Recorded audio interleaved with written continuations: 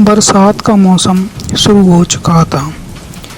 टूनी चिड़िया और अन्य सभी पक्षी अपने अपने घरों में बैठे हुए थे।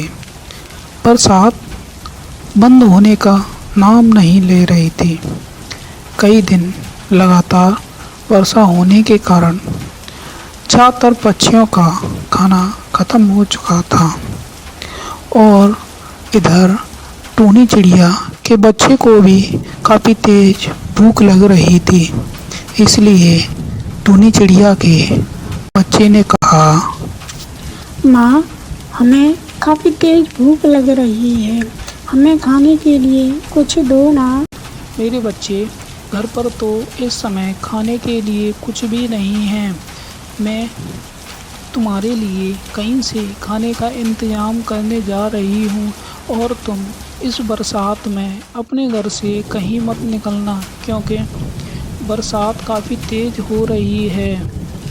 ठीक है माँ, मैं घर से कहीं नहीं निकलूँगा और आप जल्दी ही घर वापस आ जाना, क्योंकि मैं अकेला हूँ और मुझे काफ़ी तेज डर भी लग रहा है।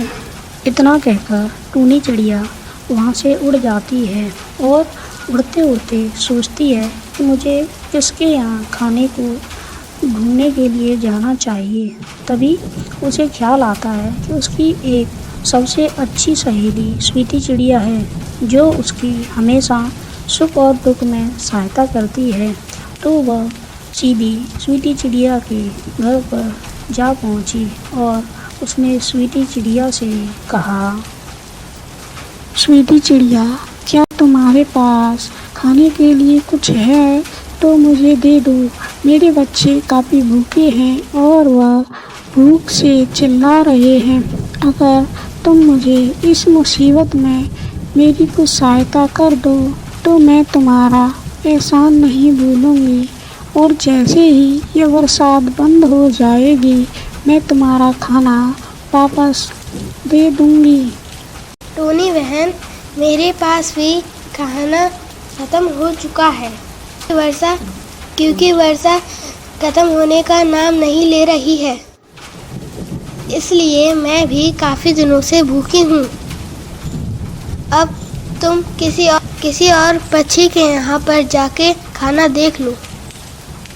शायद तोते भैया के पास खाना मिल सकता है और तुम उनके यहाँ जाके देख लो।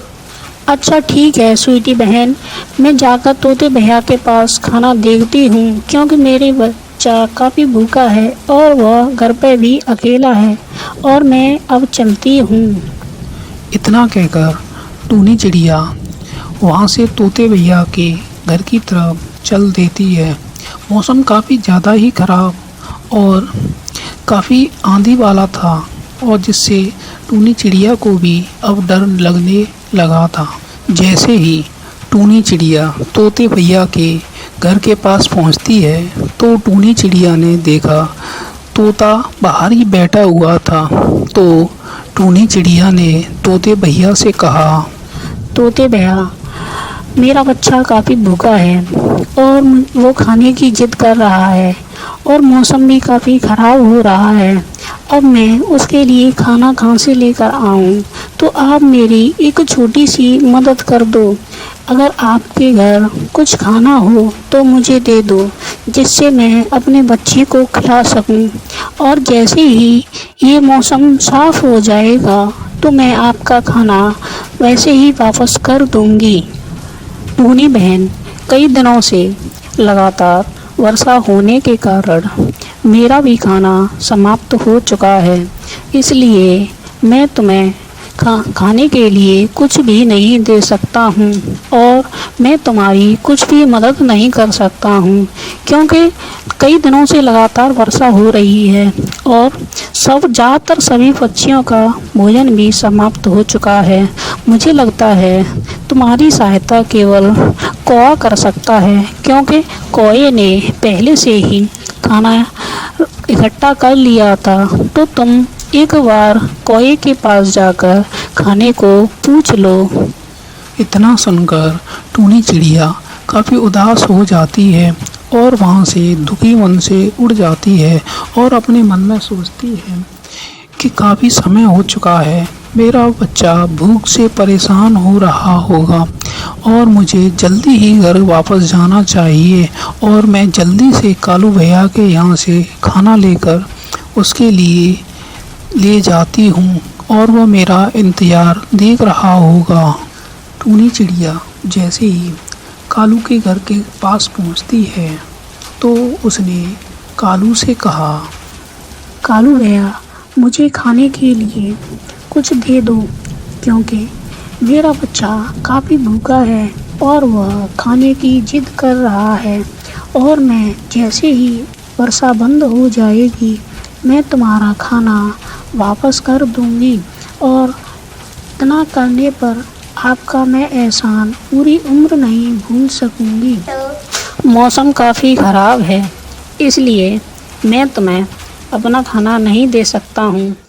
तुम कहीं और से खाना ले आओ, क्योंकि मैंने बड़ी मेहनत से बरसात में खाना इकट्ठा किया है और मैं इसे अब आनंद से अपने घर में रहकर खाऊंगा और मज़े से अपना समय व्यतीत करूंगा। कोई भाई, ऐसा मत करो, मेरा बच्चा बहुत ज़्यादा भूखा है। मैं तुम्हारे हाथ जोड़ती हूँ, कृपया करके मुझे खाना दे दो, जिससे मैं अपने बच्चे की भूख मिटा दूँ। और आप चिंता मत कीजिए, जैसे ही वर्षा बंद हो जाएगी तो मैं आपका खाना उसी दिन वापस कर दूँगी। नहीं टूनी बहन, मैं तुम्हें अपना खाना नहीं दे सकता हूँ, क्योंकि अगर मैं तुम्हें अपना खाना दे दूँगा तो फिर मैं क्या खाऊँगा, क्योंकि बरसात का कोई पता ही नहीं है कि वो कब बंद होगी। तो इसलिए इससे अच्छा है तुम यहाँ से चली जाओ। ऐसा मत करो कालू भैया, मैं भी तो इस जंगल का ही एक सदस्य हूँ, इसलिए तो तुम्हारा फ़र्ज बनता है कि अगर मेरा बच्चा है तो तुम्हें मुझे खाना देना चाहिए। मैं तुम्हारे हाथ जोड़ती हूँ, कृपया करके मुझे खाना दे दो। टूनी, तो क्या तुम ये चाहती हो कि मैं मर जाऊँ भूख के कारण? और मैंने जो जितना मेहनत की है, अपना जो खाना इकट्ठा किया है, वो तुम्हें मैं कैसे दे सकता हूँ? अगर मैंने तुम्हें यह खाना दे दिया तो मैं भी तो भूख से मर सकता हूँ। अगर तुम्हें इतना ही वो है तो जाओ बरसात में खाना ढूंढ के ले आओ और अपने बच्चे को जाके खिला दो।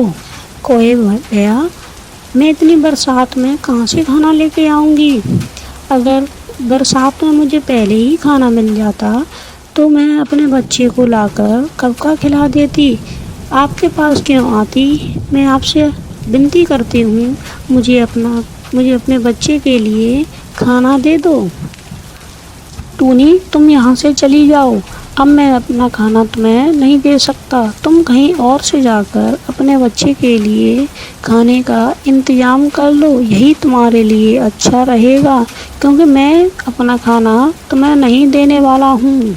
इतना सुनकर टूनी चिड़िया वहाँ से दुखी मन से उड़ जाती है और वह रोने लगती है और वह सोचती है, जब मैं अपने बच्चे के पास जाऊंगी तो वह मुझसे खाना मांगेगा और मैं उसे खाना कहाँ से ला कर दूँ और वह मुझसे पूछेगा कि माँ खाना कहाँ है, तब मैं क्या जवाब दूँगी। इतना सोचते हुए टूनी चिड़िया जब अपने घर पहुँचती है तो उसने देखा कि उसके बच्चे की मृत्यु हो चुकी है। वह मृत्यु भूख के कारण हुई थी। अतः टूनी चिड़िया फूट फूट कर रोती है। अतः हमें इस कहानी से यह शिक्षा मिलती है, हमें कभी भी दूसरे के भरोसे नहीं बैठना चाहिए। हमें स्वयं पहले से ही अपने कार्य के लिए तत्पर रहना चाहिए।